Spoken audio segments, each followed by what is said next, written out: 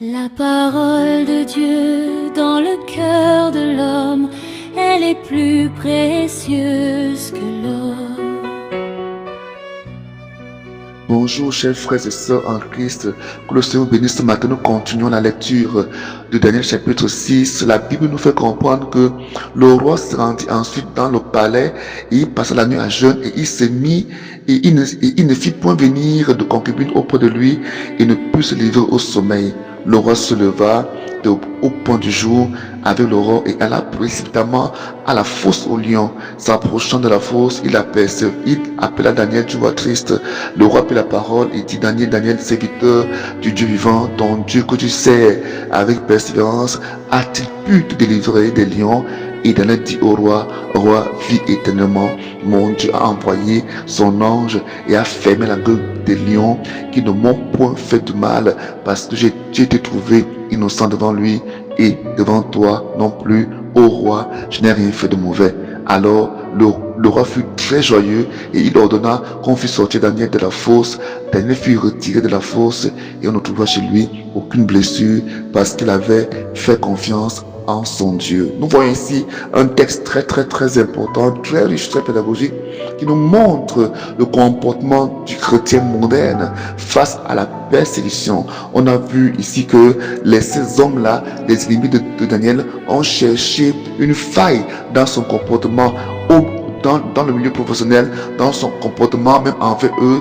La Bible dit qu'il était comment? Irréprochable, il était fidèle sur toute la ligne. Alors il cherchait dans la loi de son Dieu, là où il pouvait être infidèle. Voilà comment ces gens sont. Voilà là où l'ennemi peut aller. Voilà là où l'ennemi peut inspirer les hommes d'y aller.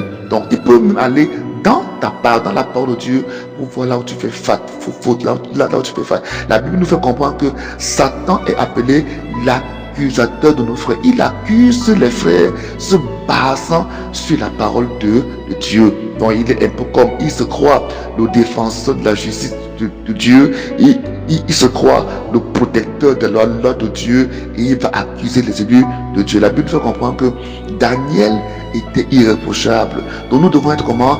Irrépréhensibles. Ce que la parole de Dieu nous enseigne. Nous devons être comment?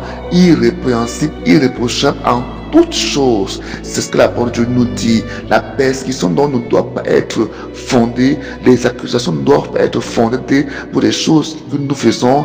Nous ne devons pas donner des occasions aux ennemis de Dieu de nous accuser à raison. Daniel est demeuré fidèle. Daniel est demeuré fidèle. Ils sont même entrés dans la loi de son Dieu et ont piégé même l'ami de Daniel qui était le roi, qui a signé un décret, un arrêt que lui-même ne comprenait pas. Finalement, Daniel a été trouvé donc coupable, n'est-ce pas, d'un décret qui n'était même pas normal et il fut jeté dans la fosse aux lions. Voyez jusqu'où les ennemis de Dieu peuvent haïr un homme au point de vouloir, n'est-ce pas, le balancer innocemment dans cette fosse aux lions pour qu'il soit mangé. Mais comme il était loyal, comme il était fidèle, Dieu a voulu se glorifier, n'est-ce pas, Dieu a voulu se glorifier en délivrant notre frère Daniel des lions. Mais Daniel, pourquoi s'est-il mis en danger en priant, à continuer à prier 3 fois par jour sans avoir peur de dire du roi, parce qu'il aimait son Dieu et il avait compris que cette persécution avait pour objectif unique de le séparer, de faire en sorte qu'il puisse devenir froid.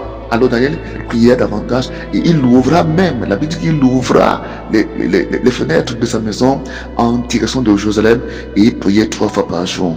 Voyez la vie de prière d'un homme. Et ces hommes n'ont pas pu avoir gain de cause et Daniel a été délivré. C'est ce que Dieu fera dans ta vie lorsque tu demeureras fidèle.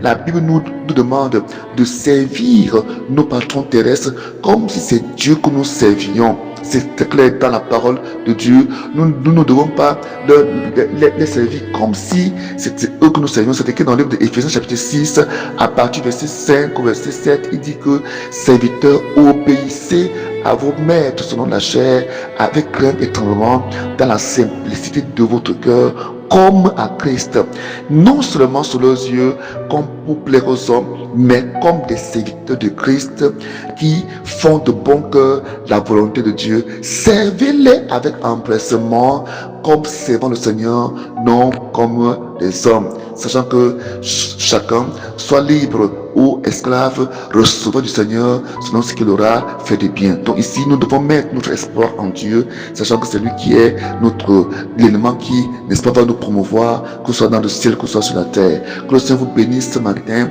que Dieu vous accorde la grâce d'avoir toujours les yeux rivés sur Christ, non pas sur les promotions qu'on vous refuse à cause de votre justice. Sachez que Christ est votre récompense, Christ est votre salaire, Christ est votre gain. Soyez bénis au nom de Jésus-Christ. Amen.